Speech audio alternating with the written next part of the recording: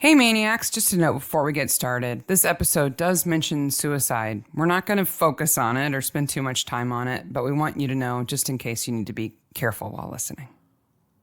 On with the show.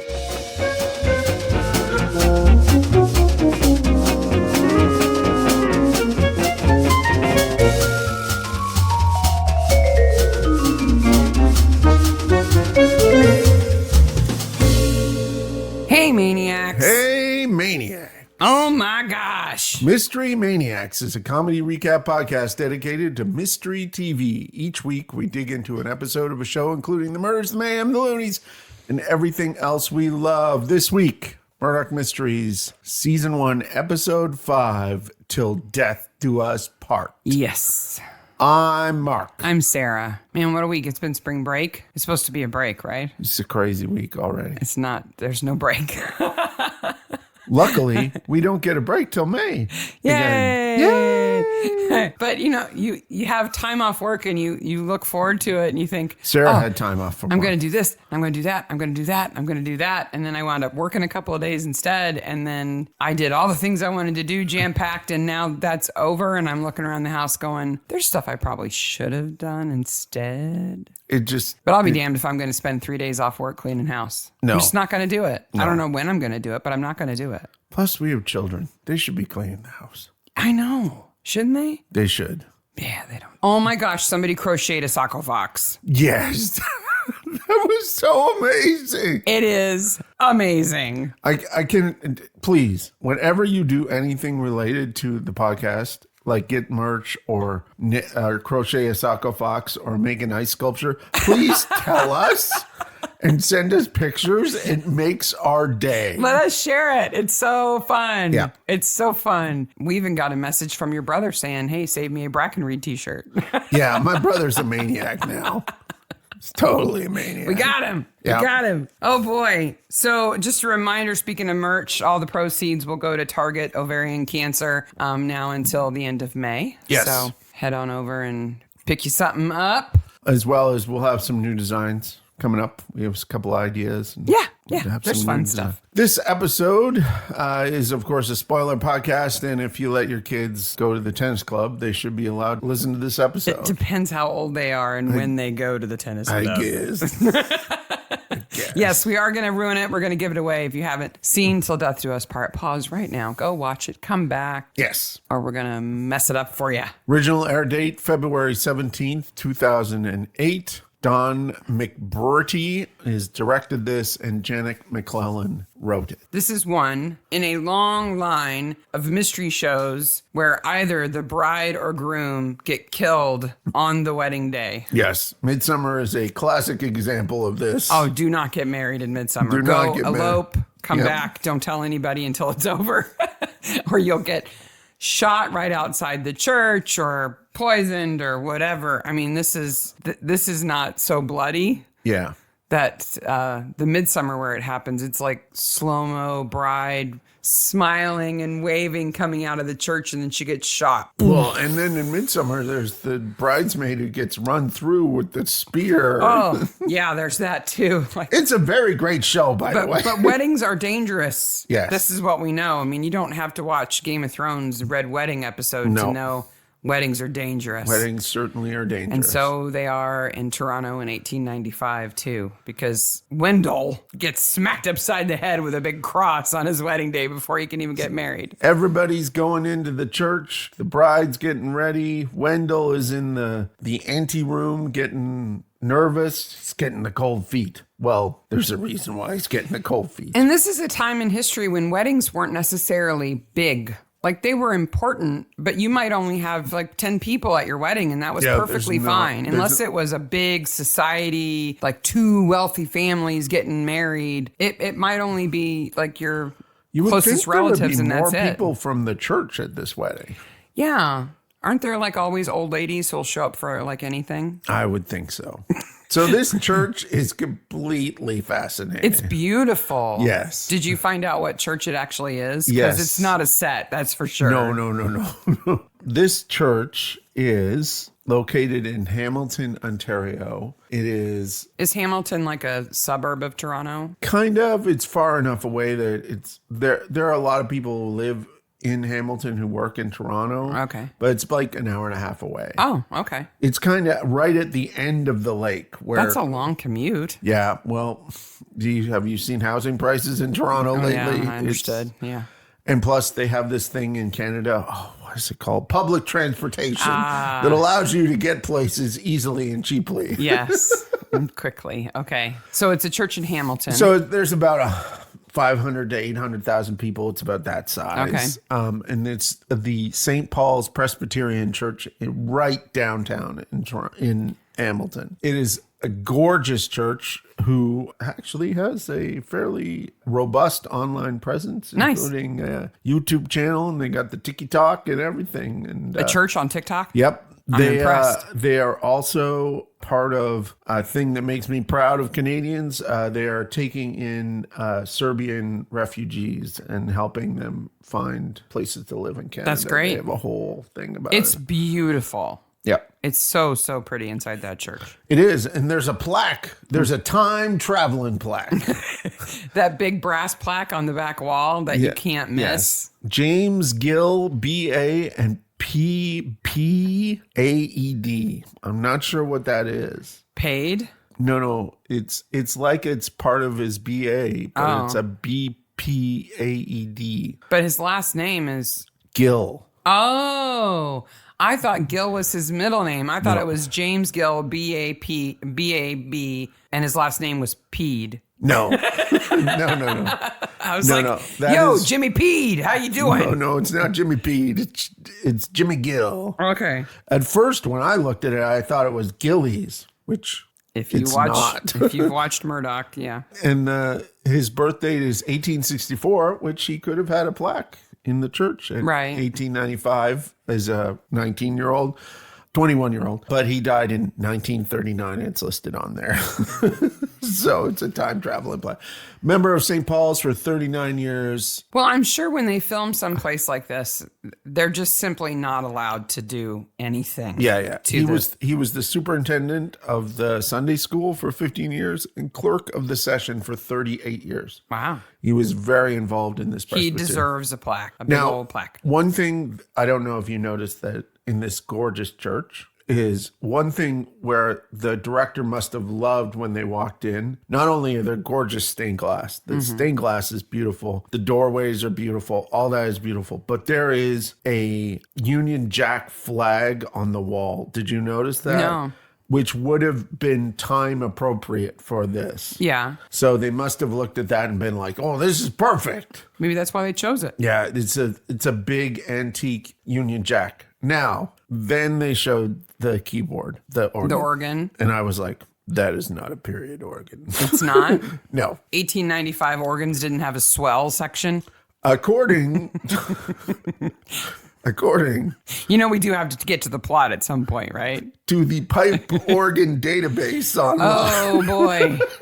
I bet you the organ that's here at Indiana University is on that database. We have a humongous organ, and that's not just bragging. I have a belief it is. It's a Cassavant Phrase Limited installed organ that was installed in 1959. Time traveling organ. It has 50 ranks, 2,922 pipes, 4 divisions, 4 manual stops, 4 manuals, 45 stops, and 43 registers. So it can make a lot of sounds. It's listed on the pipe organ database as incomplete in terms of its entry. Oh, the entry's incomplete. Yes. The organ's not incomplete. They have all that information. And there's still more to say about it? There's still more to say about it. Nobody mentioned the swell section on the keyboard. No. Swell. It's what it says. It's not swell. It's not the largest one in Canada. I looked up the largest pipe organ in Canada, and it is the Kimball Theatre pipe organ in Kingston, Ontario, which was built by the Chicago Kimball Pipe Organ Company in 1928 for installation in the Youngstown, Ohio Theater to accompany silent movies, and then the Kimball Theater in Kingston bought it. So it went to Ohio and then came back. Can you imagine moving a pipe organ across the border? It'd be a lot of pieces. It would be a lot of pieces, but some of them have, like, they got to be treated like you can't just throw all those pipes on a truck. No. I just imagine some really uptight organist like riding along with it. It's okay, baby. It's okay. It's okay. We're going to go to the United States. It's all right. You'll be swell. So the Marcs, the family. Yes. The mother and her two Who's sons. only referred to as the mother, and that she's never happy. She's Mrs. Merrick. Yes. And her sons, Wendell, the groom, and Thomas, the younger son. Yes. And he's marrying Eunice McGinty. Yes. Eunice. I think if your name is Eunice, you have to wear wire frame glasses. And she's pinching her cheeks. She feels she's not as good looking as she needs to be. Well, you want to be as pretty as you can on your wedding day. It's important. But then the brother finds his brother, Wendell, dead.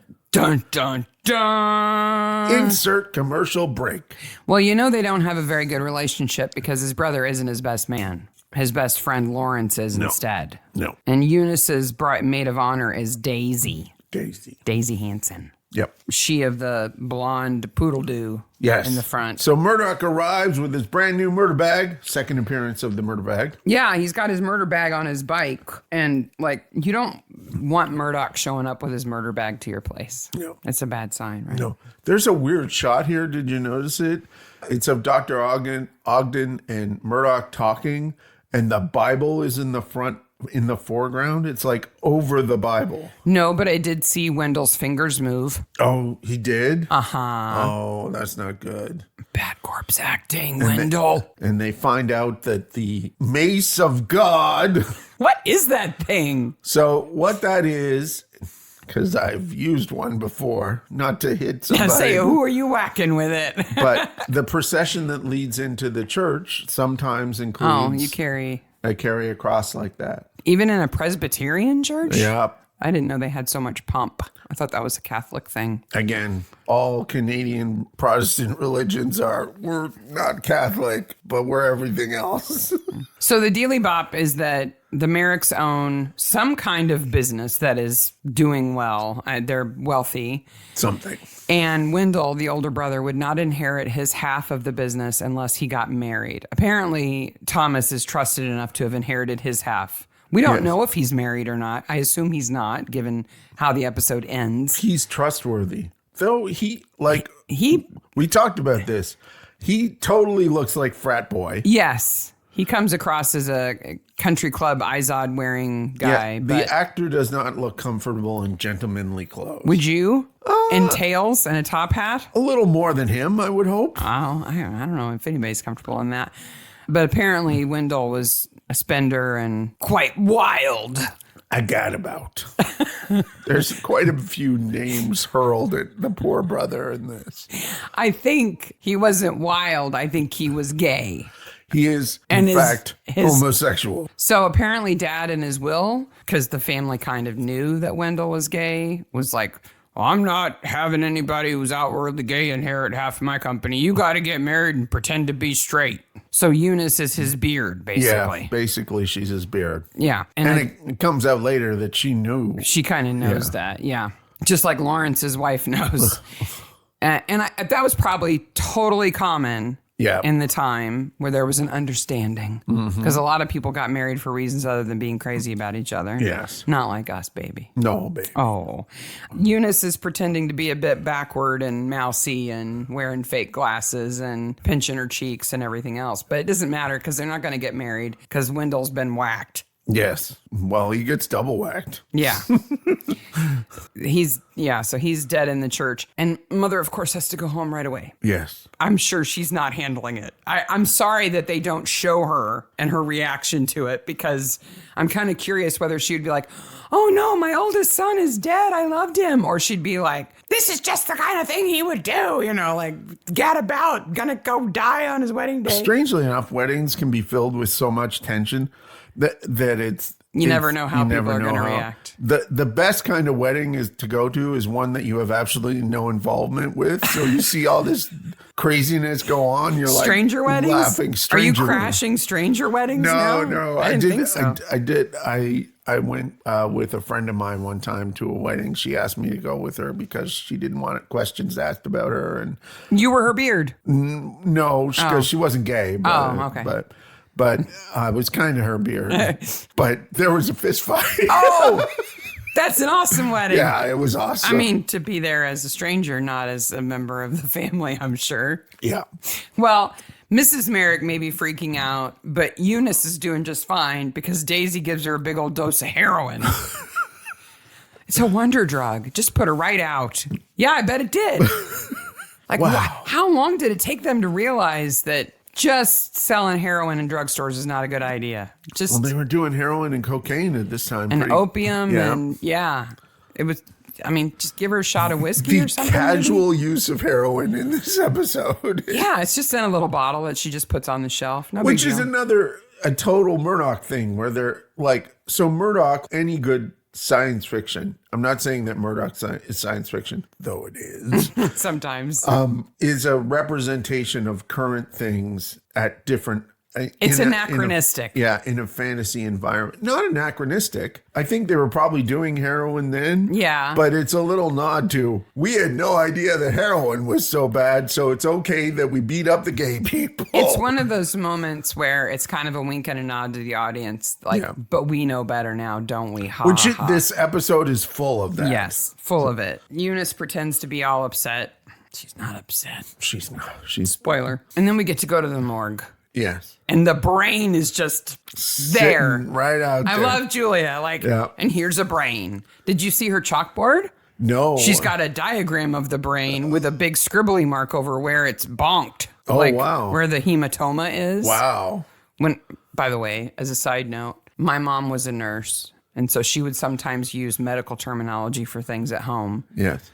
So as a kid, a bruise in our house was a hematoma. Yes. Right? Sometimes. Not all the time, but sometimes. But when I was little, really little, like kindergarten and younger, I thought it was hepatomata. Hepatomata? Yes. That you had a hepatomata on your leg. Wow. Is that what discolors your leg? I don't know why I thought that, but that's what I thought the word was hepatomata. That's great. That's a great kid But it was thing. hematoma. Maybe that's why I don't like tomatoes. Maybe. Because I thought that's what grew under your skin when you had a bruise. Then I love how matter of fact Julia is about. That he had sex. He had the big gay sex like 20 minutes before this. Yeah. So, okay. She said that he had sex earlier in the day. Mm-hmm. So did he have sex with Lawrence earlier in the day? I would assume so. But not at church, surely. Before church. Somewhere else. It seems they have a lot on that day that maybe... It's a busy day, especially since people got married in the morning then. Yeah. It was fairly common for people to get married in the morning and then have a wedding breakfast. Like that was a thing that people did. So they got up early. And here we have... In more ways than one. They did. They got up early. Here we have one of our favorite tropes of this show, which is the wide-eyed Murdoch. Murdoch learns a lesson. Yes. He's a sodomite?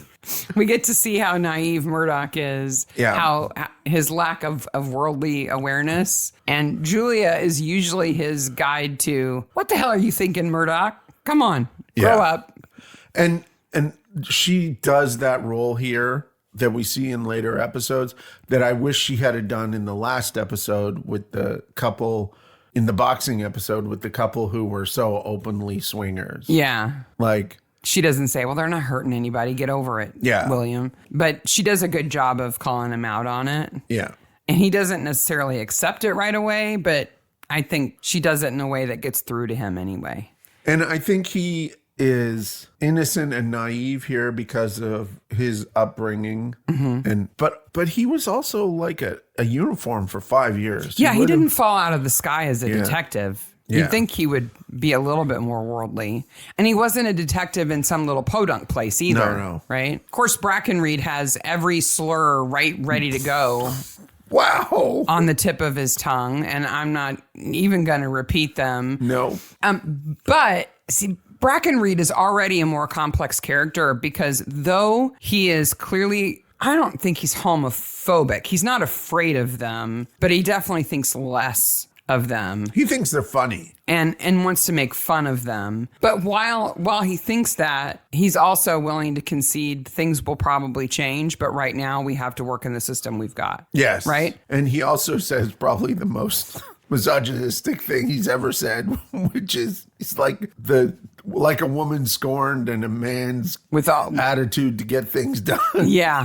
I was like, yeah, thanks, Brackenreed. And then we get one of my favorite scenes of the episode, which is Constable Perkins. Oh my gosh, what did Perkins do? He's in Brackenreed's office. Brackenreed's like, Well, excuse me, Murdoch, I got some business to do. Yeah. So Murdoch goes off and talks to Crabtree, and poor Constable Perkins has to go into Brackenreed's office. He screams at Perkins first, like, get in here. Yeah, and Perkins is just standing there at attention. So Perkins taking is it, whatever it is. Constable. Constable Perkins. What did he do? Something real bad. I think he took Brackenreed's whiskey. Oh, I think you get fired for that. Yeah. No, like maybe, I don't know. He said something about Brackenreed's wife. Again, I think you just get fired or punched for that. Punched for that. You get fired and then beat up in the alley. It must have been something on duty. Like he let a girl wear his badge for fun or something, you know? Because whatever it is, he knows it was wrong because he's not arguing his case whatsoever. No. He's just He's taking got it. a part-time job somewhere else. But I also like the way Brackenreed has a little bit of zeal in his eye. Like he's looking forward to ripping him a new one. Like, pardon me. I'm going to teach this whippersnapper a lesson here. Yeah. And we got old Dan. Old Dan. The homeless guy outside the church begging for pennies. Totally a character. He's probably the best known actor of all of the episode specific actors in this episode. He's played by Doug McGrath. He was in The Outlaw Josie Wales. Yep. He was in Pale Rider, which is another Clint Eastwood movie. And he was in John Carpenter's Ghosts of Mars. Yes, which you asked me about already. Which has Ice Cube, Pam Grier, and Jason Statham in. Fantastic movie. He does not play old Dan in any of those movies. He's not like the Mars hobo or anything. Wandering around asking for space pennies. When he's on screen, he's great, but he's absolutely underused as an actor. Oh, he's way under. He's been around for a really long time and he's played a lot of big roles. They were like, we need a hobo. We know this guy. Yeah, Doug will do it. Yeah, Doug's fun. Yeah. I think he grew a beard recently. We can have him do it. Yeah. and then there is. So they're trying to figure out, according to Murdoch's murder map, if the priest could hear the argument in his chambers. The Reverend. Yes. So he's not a priest. The Reverend. That's important. Yes. The Reverend could hear the argument in his chamber. Yeah, because he says Lawrence and Wendell were arguing in the meeting room. Is that what they call it? Yeah. Yeah. That's what he calls it. That they were arguing in the meeting room. But that he couldn't hear exactly what they were saying. But Murdoch doubts that, right? So he puts Crabtree in the meeting room and has him yell. And he hangs out in the Reverend's office to see if he can make out the words. And poor Crabtree's so, like, he doesn't want to offend anybody. He doesn't like to yell. Yeah. Well, what would you yell about? Oh, I don't know. Something. You probably yell song lyrics or something. Yeah, something like that. But Crabtree chooses to do his Brackenreed impersonation instead. Which is the whole reason why the Perkins thing is there. It's such a nice end. Do you think that's what Perkins was doing? That's what he got in trouble for? No. I think it's a payoff of a joke in the middle of an episode instead of at the end, which I like. Because Crabtree's repeating some of the things that he heard Brackenreed say. Yeah. Like, I'd have you on doorknob rattling duty if I didn't think they'd outsmart you. Which is just a fantastic insult. But then Crabtree gets a little too comfortable. He runs out of material, so he just starts making fun of his accent. He makes fun. Oh, I'm from Sheffield. I can't say my L's. Bloody hell, bloody hell. He wouldn't be saying bloody hell in church, would he? No. I hope not. I hope. Especially not loud enough for everybody to hear. Wow. But it's a fantastic George Crabtree performance. I can't pronounce me bloody L's. And then the minister has to admit yes. that He knew. He heard exactly what the argument was about and knew that Wendell was gay and had counseled him about it in the past, thereby making himself suspicious because maybe he was Wendell's lover, not Lawrence. Yes. Well, okay. Because there's only 3 men in Toronto. Who puts the Reverend in the frame? Eunice. Yeah. So she's clearly lying. Yeah, once you know that Eunice is the killer, basically, sort she's of the killer. You go back and you see how she's laying the foundation to put the suspicion on other people. I think the Reverend is understanding. I don't know if he's gay. Because Eunice claims that she saw the Reverend and Wendell kissing. Yes. Which is pretty clear. Like, would you not? Okay, at this time. Wouldn't you go, as a woman, what's going on? Yeah. You wouldn't just slip away in your wedding dress and wait for him. Like, I guess we'll just get married anyway. Wait, what? That man's going to marry you. Like, he's going to perform your wedding, and he was just kissing your husband. I think you'd say something. So then the priest says he was kissing him in a friendly manner. I'm like, wait, okay. What? If we take it, because he appears to be lying when he says that. But if he's not. He's not. Lawrence was ready to get it on with everybody. No, I don't know about the Reverend, but I don't think they were kissing. I don't think so I either. think he hugged Wendell. Yeah. And I don't even think he gave him a kiss on the cheek. I just don't think he knows whether he did or not, but he probably didn't. I think Eunice is a complete and utter liar. Yes. Obviously. If only there was a way that we could get Murdoch's thoughts in an interior monologue about this that wasn't an interior monologue. Oh, wait, he's Catholic. Confession time. Yes, so we can hear what struggles he's having in his head. Yes. It is a trope of many, many, many shows. I was just offering him solace with my lips. Well, he says that the Reverend says that Wendell was going to cancel the wedding. Yeah. Right? So he was having a major crisis. Which doesn't make sense in this structure and social time. Murdoch's right later on that this is almost a perfect situation. Yeah, like if he had gone ahead and married Eunice, he and Lawrence could have still had their thing. I think he found out about either Eunice and his brother or Eunice. Yeah, maybe. Because, I don't know. Maybe Eunice says that she saw them kissing as a way to excuse, just in case somebody saw her in that room. I think so. Go to the room where Wendell was. Yeah. It's right at the front of the church, and there's not many people. No. Murdoch has the murder map, but it doesn't really do a good job of checking people and where they are. No, because in the murder map, wouldn't you have to go from the Reverend's office to the meeting room? Wouldn't you have to walk across the altar? Yes. Or maybe behind it. Maybe you can walk behind it. Maybe a special altar, secret door. It would make sense that there was a path behind it. Yeah. Right? So people could come out from both sides back there.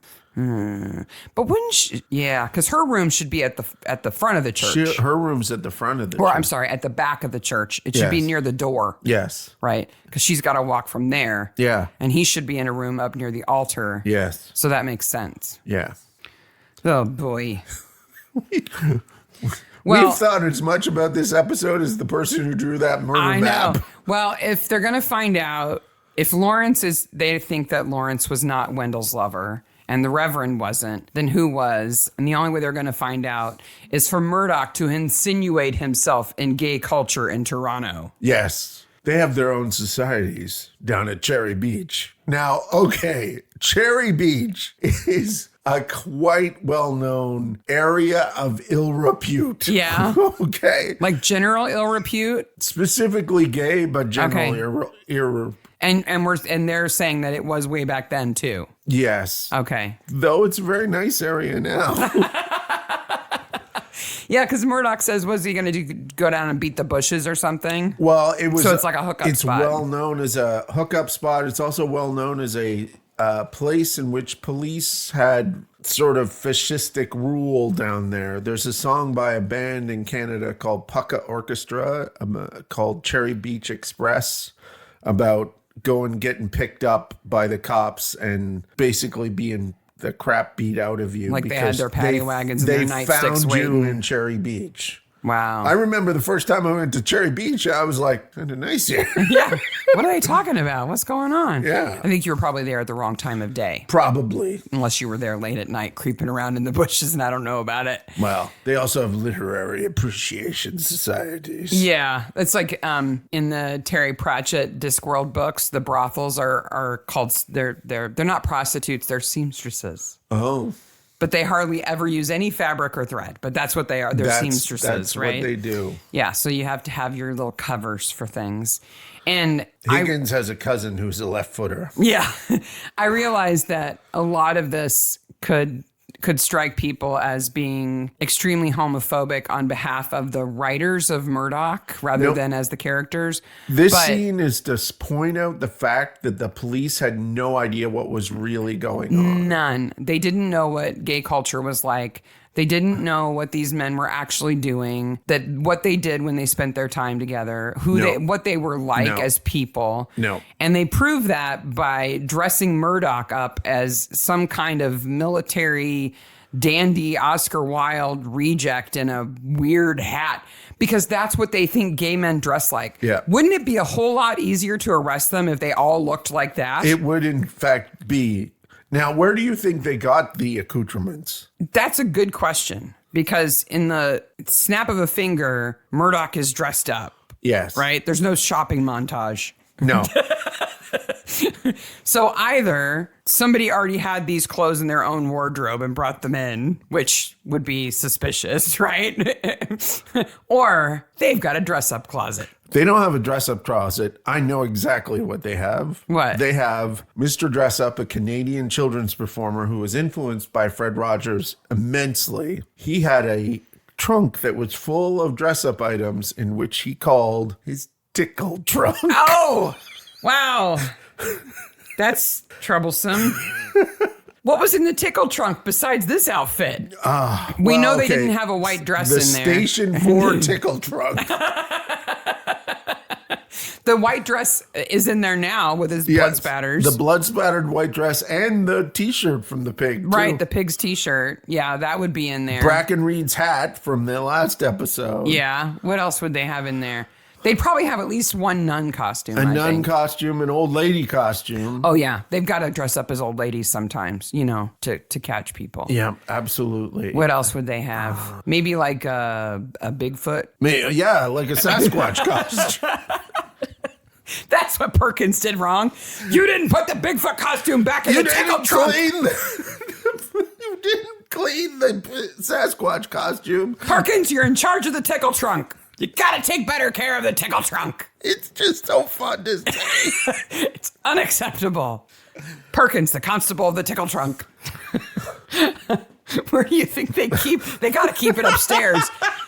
They keep it by the chicken and the giraffe, of course. No, that's sleeping. Sorry. Different show. That's Friendly Giant. No, there's all these scenes, especially with Bracken Reed and Murdoch, walking down the stairs in Station 4. They walk down the stairs, and Murdoch's office is right there, and then the common area is there, and Bracken Reed's office is over to the side, right? What is upstairs? Apparently the tickle trunk storage. I mean, I guess maybe the interrogation room is upstairs, maybe, but I doubt it. I don't think so. I don't think so. No. So that must be where they keep it. Here's a completely Canadian-specific joke that maybe Perkins' first name is Casey. But for people from Canada who get that. Okay, I'll take your word on that. Mr. Dressup, I met him. Very nice guy. Absolutely fantastic individual. So not only does he have on the jacket with the frogs on the front. Yes. Right? That's what you call those closures, by the way, if you didn't know the that. Frogs. Frogs and a velvet collar. Yes. And the hat. Oh, the feather is too much. It is. It is. It's too much. Yes. And the flower on his lapel. Well, if they're going to have stereotypical costumes in the tickle trunk, they probably should have like an Indian outfit, like with a headdress Native and everything. American outfit. Yeah. This is and the cowboy outfit, right? Yes. That's the American costume. Yes, the American costume is a cowboy outfit. Yeehaw! But did you notice Murdoch's footwear? No. What does he have on his feet? We only get a tiny glimpse of it, okay? because when he's sitting with Jeffrey at the tennis club, Jeffrey puts his hand on Murdoch's knee. Yes, he does. There's a hint for you. We can see his footwear from his knee because he is wearing knee-high black leather boots that lace up the front. Oh, so he goes to the tennis club and he sticks out like a sore thumb. Oh my gosh. I'm surprised they don't all just turn and laugh at him. They do such a good job of making the gay culture appear normal and accepting and welcoming. Though in reality, they would be like, you get out of here. Yeah. Dude. They would know. Because you are completely unacceptable and you are going to give us away. Yeah. And that is dangerous. I'm George So Crabtree. look, Oscar Wilde, get out of here. I'm George Crabtree I love that he from uses Montreal. George's name. Wouldn't he have a Quebec accent if he was from Montreal? Not necessarily. There's an English area in Quebec. So. Okay. He drinks wine. He does.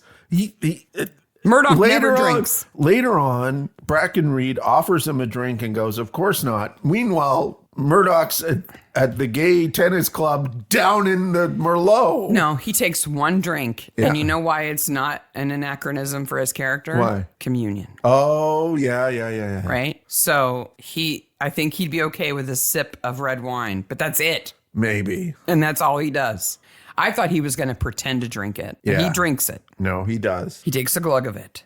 And then totally screws over Poor Jeffrey. Yeah.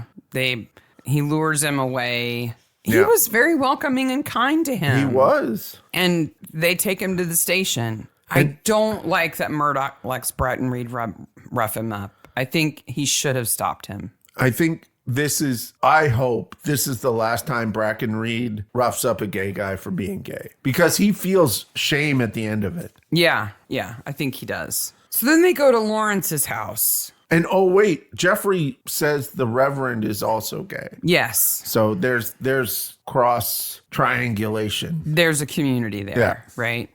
But he says that Lawrence was Wendell's lover. Yes. Right? So they go back to Lawrence's house. What is up with the top of Lawrence's house? I do not know. Okay, Lawrence's daddy killed himself. It's sad. It's upsetting. We're not here to talk about suicide. No. Okay. We're here to talk about the bedroom. The walls in that bedroom. What is up with that? Oh my God. The downstairs of their house and the outside look completely respectable and period with the time and like an upper middle class family. But their bedroom is from like Anne Boleyn's bedroom or something. It's got way too much like Tudor era woodwork on the ceiling. Yeah. And the walls look like they're made out of unfinished drywall. It looks like an unfinished attic. It's a garret. Yeah. It's a garret room. But there are pictures on the wall. Yeah. And beefcake pictures in the desk. But there's also like a shelf around the top that's got like old knickknacks and dusty junk. Yeah, it's a very weird room. I assumed that this was he and Cecile's bedroom, but maybe it's not. Yeah. Maybe it's his like upstairs office spare room. But he has a room like that where he plays sodomy and chess. No, that's not the man room. That's the parlor. This is the man room. The man room. Like the man pictures. Like the box room. Okay. Right? Yeah. So this isn't their bedroom. No. It is in the attic. That would explain everything. And this is where... There's a milk can next to the bed. Yeah. Why? What does that even mean? They might have had bedpans back then, maybe. Maybe. But no, certainly not a milk. Like, how much do you pee in the night that you need a milk can next to your bed?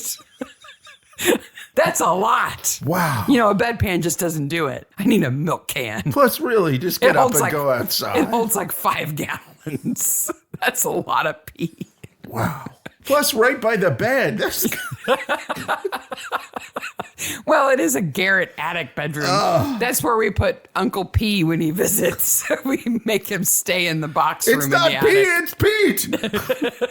Peed. B-A-B, peed. So that's what that guy in the church has got those honorifics for. He can pee 5 gallons. Julie arrives with all her brand new notions. Yeah, she's a modern woman. This is what I was talking about. I think we talked about it in the last episode, but certainly where we see the show going, Murdoch is confronted with a reality in the world. Yes. There are gay people. Yes. That challenges some moralistic truth that he has clung to until this point. Yes. He goes to seek solace from Julia, who goes, "What are you talking about, you old fuddy-duddy? You're stupid. Snap out of it." So combined with the reality of there are gay people and the fact that the girl that he loves is like, ugh. You need to get over yourself. You need to get over yourself. That institutes and creates change in young William Murdoch. Yes. He has to grow. Yes. And adapt. But he doesn't have to get rid of that creepy face mask on the wall of his office. What is that face mask? I don't know. I looked and looked and looked at it and I thought, is it a theater mask? Like, is it the happy sad masks? Yeah. The drama masks? No. And there's a drama episode coming up, but it's not that. No. And it's not a Janus mask. It doesn't have it's not classical. It doesn't have two faces. No. But it does look kind of Greco-Roman. It's weird. We got a picture of it for the reel in the show notes. We'll put it up. But I love the writers do such a good job here. Mm-hmm. Of presenting multiple sides to the argument in a way that isn't, we totally fall on this side of the argument, right? Like Murdoch brings up points that are not ignorant or or like homophobic. They're not hateful. They're not. They're completely based in having a moral quandary because of the rules of his faith. Yeah, the rules of his faith. Which he's been taught are true. Yeah. Right? And they don't bend just because you want to bend them. Yes. And he has to confront that, right? Yeah. So Daisy knew Wendell a long, long time. Yeah. Right? She's known Wendell and Thomas a long, long time, the brothers. Thomas introduces Daisy to Eunice at the Strawberry Social at church. Yes. Now, going back to Midsummer Murders, I sometimes forget how the episodes end. And I also forgot how this episode ended. Yeah. So at this point in time, I'm like, is Daisy the murderer? Did Daisy kill him because she wanted him for herself? Did Daisy kill him? Like she introduced... Because she loves him. Because she introduced Eunice to Wendell, but she really loved Wendell? Is that what you're thinking? Yeah, because nowhere in the universe does Daisy have any romantic interest. No. Like, why doesn't she marry Wendell? I don't know. If she's known him, why doesn't she marry Thomas? I do not know. They don't mention that she's married. No. Right? So, yeah, I can see why you would wonder that. So when Daisy meets Eunice, she goes, oh, you're perfect for Wendell, right? Because Thomas has coached her. Yes. To how to present herself as the perfect wife for Wendell. Yes, because apparently Wendell and Lawrence and Eunice were an item before this. You mean Thomas? Thomas and Eunice. Yes, Thomas and Eunice. Yeah. And now Murdoch has got to get on a train and go to Niagara to find out about Eunice's background. Coach. Which means he's sitting on a wooden bench for how long? Basically 2.5 hours. That's a long time on a wooden bench. Still. Trains went 15 miles an hour. That's true. Ride your bike, you get there quicker. At least they were closed topped by then. Yeah. 30 or 40 years earlier in England, they were open topped coach trains. You just sat there and got bugs in your teeth. In the rain. Because you paid cheap prices. You sat in somebody's lap for 3 hours. Insert shot of the falls. Yes, because it's Niagara. Because now we're in Niagara. Yes. Has several A's in it, I learned earlier. Has 3 A's in it. Yes. Niagara. Mrs. Schreier, who was Eunice's former employer, has the worst best hat. Oh, it's horrible. It's pretty, and then you look at it, and the more you look at it, the grosser it is. Yes. It's like straw, but like quilled straw, and it's all like bundled up sort of in like brain patterns. Yeah. It's all smooshed. It's like a peacock, but not. Yeah. Mrs. Schreier refers to Eunice in the past tense, and you're like, huh? And then she's like, you didn't know she died 6 months ago. And Murdoch's like, huh? Murdoch does his. No, Murdoch gets a big light bulb above his head. Da-bing! Like, ha-ha! He's got the scent. Yeah. Let the dog see the rabbit, as Brackenreed would say. Yeah. And we learn that Eunice has been and dead 6 Bridget months. were together when Eunice died. Now, at this point in time, I thought maybe Eunice went to visit Lawrence and killed him. Well, hold on to that thought. Yep. Because we need to talk about the real Eunice's death. Yes. Okay. Because Eunice and Bridget both worked for Mrs. Shire, right? Yep. So Eunice and the real Eunice and Bridget both worked for Mrs. Shire. Yes. Right? And they go to Niagara Falls together. Yep. And Eunice dies. Which, okay. She commits suicide with Bridget next to her. What? If you've never been to Niagara Falls, you might think, how is that even possible?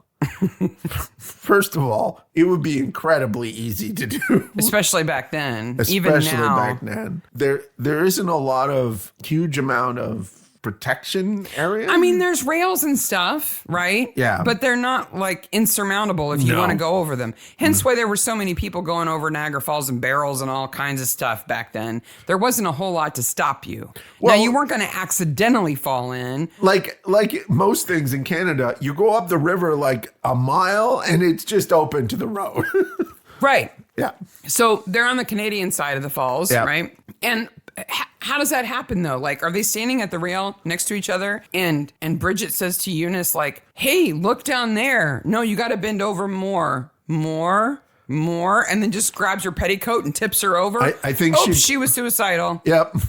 No one else saw either. Yeah. Or, I dropped my handkerchief. Can you reach it? Reach a little further. Reach a little further. Oops, she went over. Probably because whenever any Canadian mentions the falls, they always mention how bad the American version of the falls is. So they were probably like, isn't that horrible over there, those Americans? Can you see it? Can you see it? Bend over. Look. You have to like lean over a little bit more, and then you can really see. Yeah. Or maybe they were out on the Maid of the Mist. They were out on that boat that goes to the bottom of the falls, and she shoved her over. Can you imagine what condition a boat would be left in then?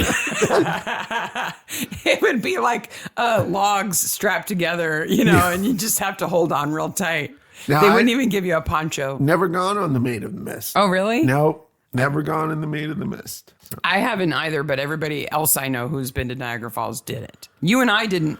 The one time we were there together and actually like visited, not just drove through, it was way too cold to even consider doing it. Definitely there too was cold. Ice. Yeah. There's no way we would have done it. Yeah. But it looks like it would be fun or to even like at least go down to that platform at the base. Yeah. There are episodes later in Murdoch that we may or may not cover about people going over in barrels. A woman gets her barrel stolen. Yes, and about other famous things about Niagara Falls. But there's nothing, as far as I can remember, in a later episode about weddings at Niagara Falls. No. So since this episode is about a wedding and mentions Niagara Falls, I was like, it just occurred to me that I wanted to know why it was known as a place to get married. Like the Poconos or Reno, it's known as a place to get married. Or at least honeymoon. Now, my brother got married and went to Niagara Falls. It's a beautiful place to go, and it's built as a destination now. Yes. But do you know how that got started? No, I don't. I do. Do you want to know? Yes. I'm not going to assume. I am a maniac. It's long before this. Okay.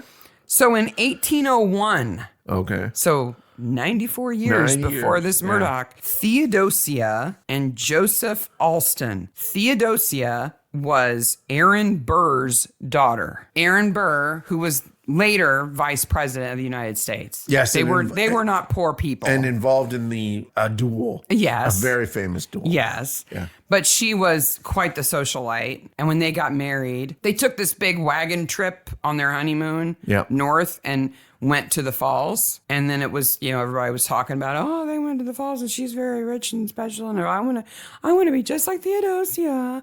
So in 1804, Jerome Bonaparte, who is Napoleon's little brother. Jerome Bonaparte. Jerome. Because, you name your first kid Napoleon and your second one Jerome.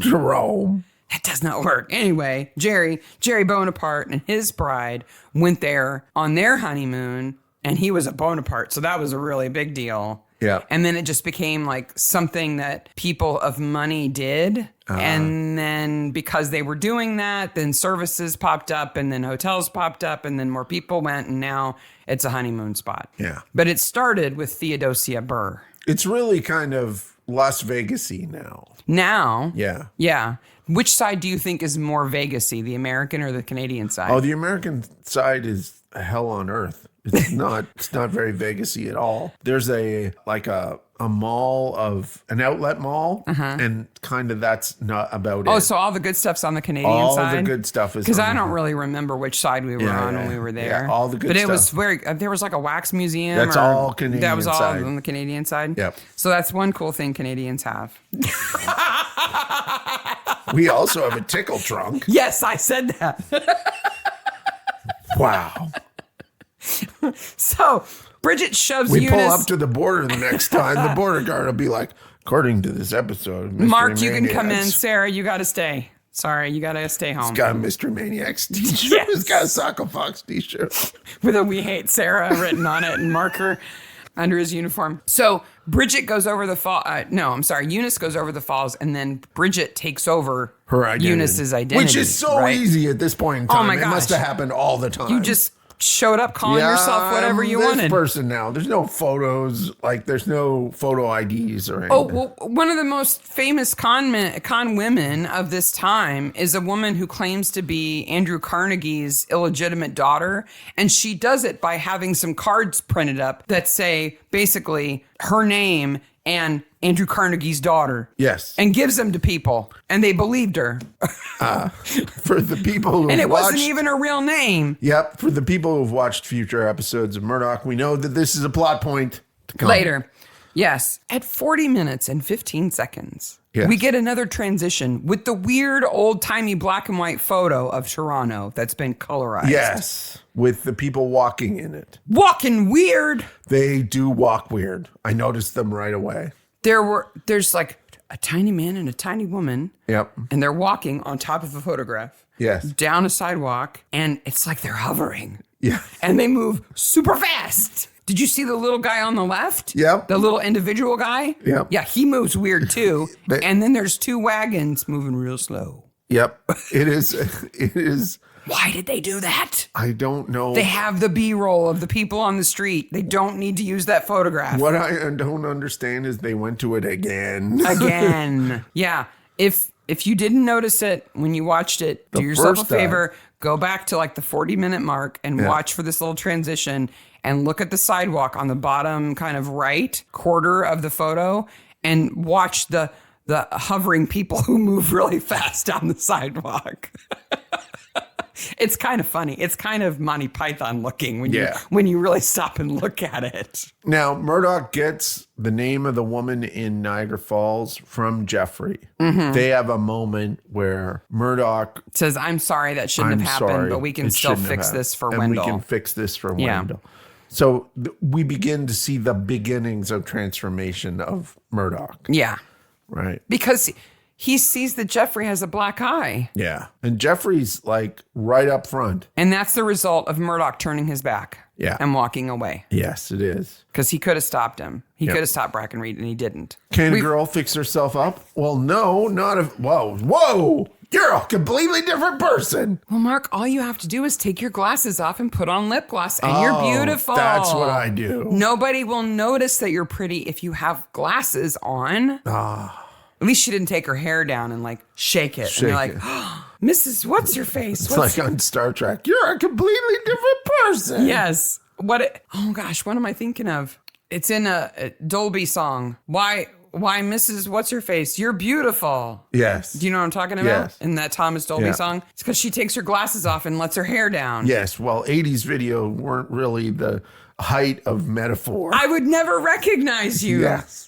If only we could get away with that. If I could put my hair up and put glasses on like I do every day, and nobody would know who I am. Mrs. Klein is a con artist. Yes. She's wanted in Windsor, London, and Cambridge. All in Canada. Which I appreciate. They're all not only all in Canada. Which has no original names for places unless they're native. They're all in the right order. They're all English places. They're all in the right order from south to north towards Niagara Falls and Toronto. Okay, so she made her way from Niagara Falls to Toronto, committing crimes along the way? No. She made her way from Windsor to London to Cambridge to Niagara Falls to Toronto. Ah, okay. That is the correct order, which means she obviously came from the place further south of Windsor, which is from the United States. You think she came over from Detroit?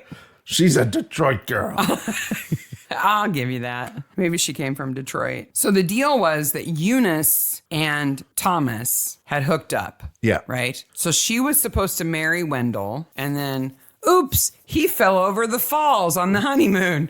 So then she could marry Thomas, and together they owned the whole company. And by the way, we don't want to make it like there are people jumping off the falls.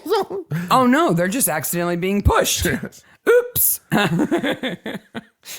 So poor Wendell was going to get it anyway. Yeah. Right? He was bound to get it got. But Eunice's mistake is she hooked her wagon to an idiot. Yes. Because Thomas is not too smart.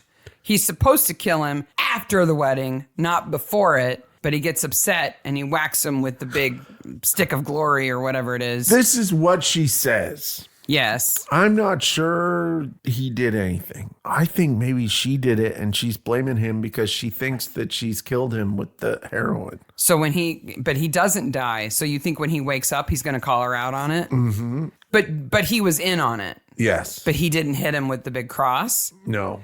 But why would Eunice have done that? That would have been stupid for her to kill Wendell before they got married. I don't know. But she makes Thomas out to be an idiot, and he doesn't contradict that. There's during the no episode. immediate inciting incident other than what happens with Thomas. He was going to cancel the wedding. Yeah. And he has to get married. Yeah. But then Thomas, instead of convincing him to get married, goes, just beats him to death. well, I'm just going to hit you. That makes no sense. Why doesn't Thomas just marry Eunice? Because they wouldn't get Lawrence as part of the company. Oh, okay. No, But they have it already. You keep getting this name mixed up. Wendell is the dead guy. Yes. Okay. Sorry. They wouldn't have Wendell as part of the company. Yeah. Okay. That's true. But they're not going to get it by killing him But he before they get kind of married. has it anyway. I don't think Wendell is really involved in the business. He doesn't want to be. Yeah. He says he doesn't want So to he be. kind of has it already anyway. All Like he has when- to do is like give him an allowance or something. And he'll probably stay out of the business anyway. Yeah. Because he wants to just go to the tennis club. Yeah. He doesn't want to be running a business because he's gadabout. Yes. Then Murdoch has to admit to Father Connolly that he said nothing Yep. about the Reverend. Yep. And And- this is a direct contradiction to what, like, he's supposed to arrest him right then and there. Yeah. But Father Connolly doesn't know if the man of cloth that Murdoch is referring to is a Presbyterian Reverend. He doesn't know. Yeah, because He it just would have, knows he's a man of the cloth. It It would could have have been another priest. it would have sounded incredibly callous if Father Conley had said, well, is he Catholic or Protestant? Because Yeah. that'll affect my answer. Like, If he he's- can't say that. No, if he's Catholic, cover it up. But if Yep. he's a Protestant, arrest him. He can't say that. And Murdoch says, I can't follow blindly. Yeah. That's huge. That's a big deal. That's is a Murdoch. big deal. That's Murdoch changing quite a bit. Yeah. But not as much as he changes with the tickle trunk. And Bracken and Bracken Reed has a moment of thought too. Yeah, like maybe things do need to change, but they haven't changed yet. Yeah. So we have to deal with things with the hand that we're dealt. We have to also admit that this is a little pat in the back of, isn't things better now than the bad old days? Yes, Now, you're right. Yes, it is wonderful how it is better now. We're speaking in Canada. I'm not going to get into the silliness that's happening in the United States. Okay? No, we're not. But this is a little bit of Canadian backpatting, Yes. self-backpatting. Here. Yeah. We got better.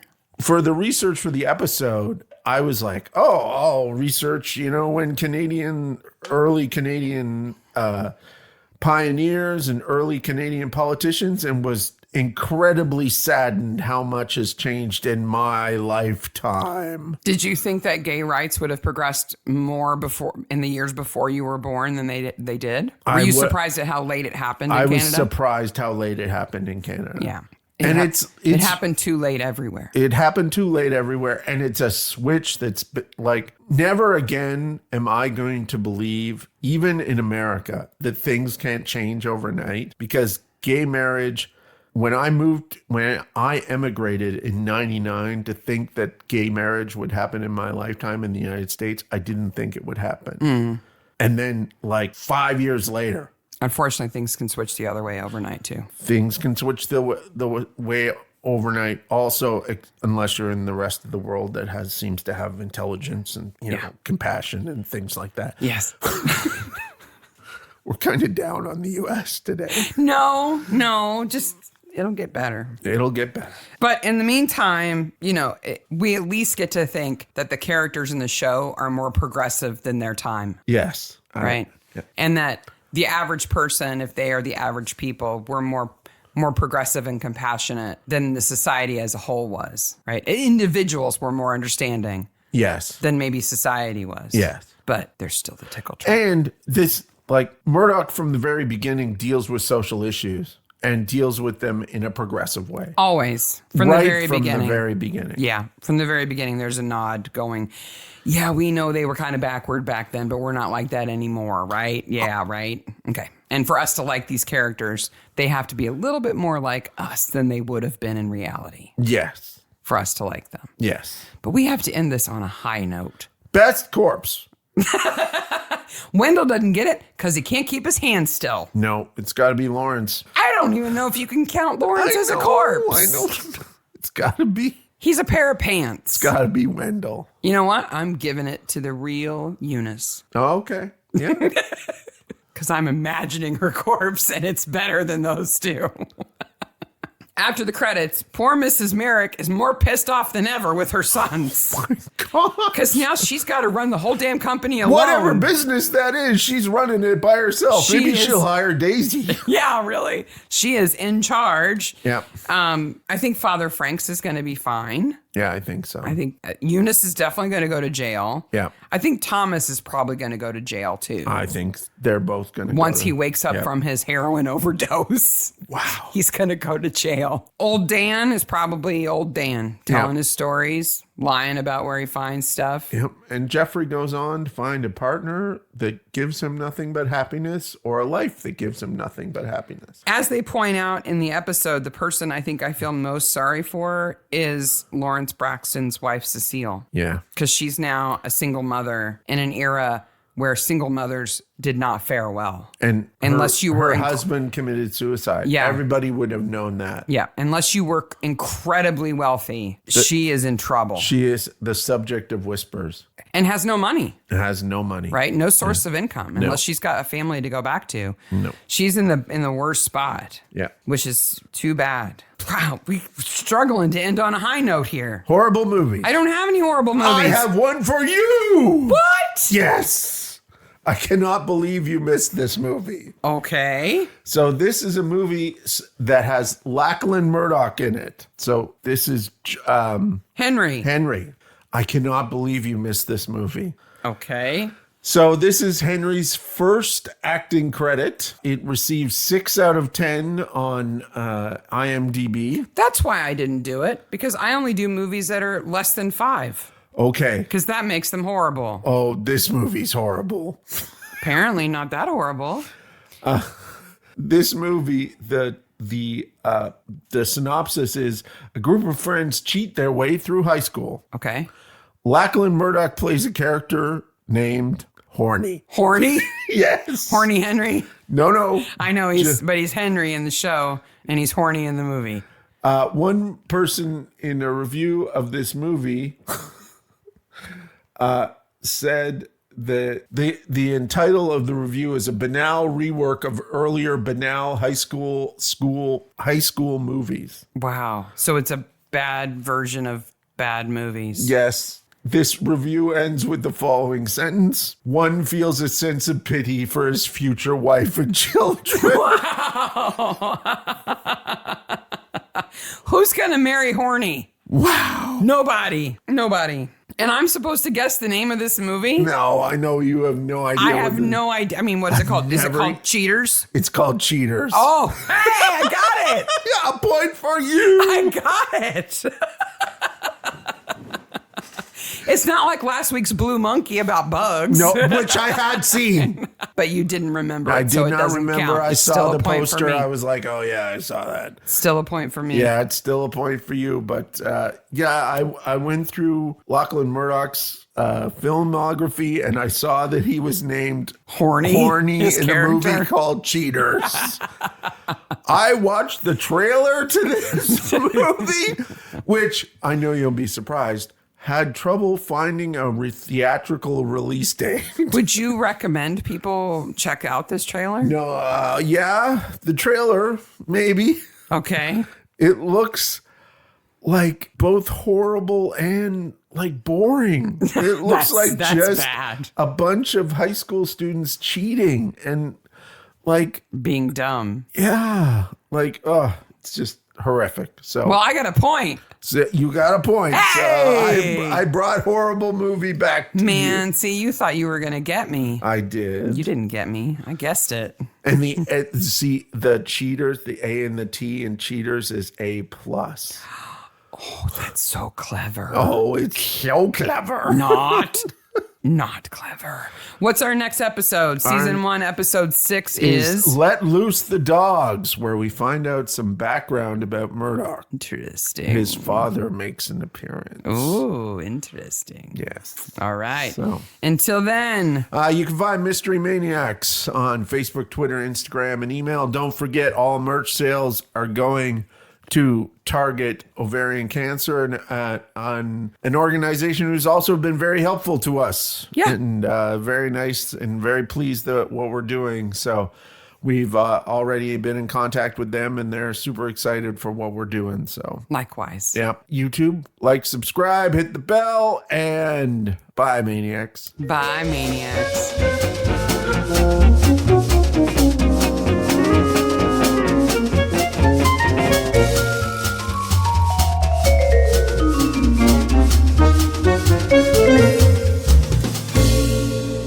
Totally. Right down the middle of the hill. There's nothing wrong with the sidewalk. It's a good sidewalk.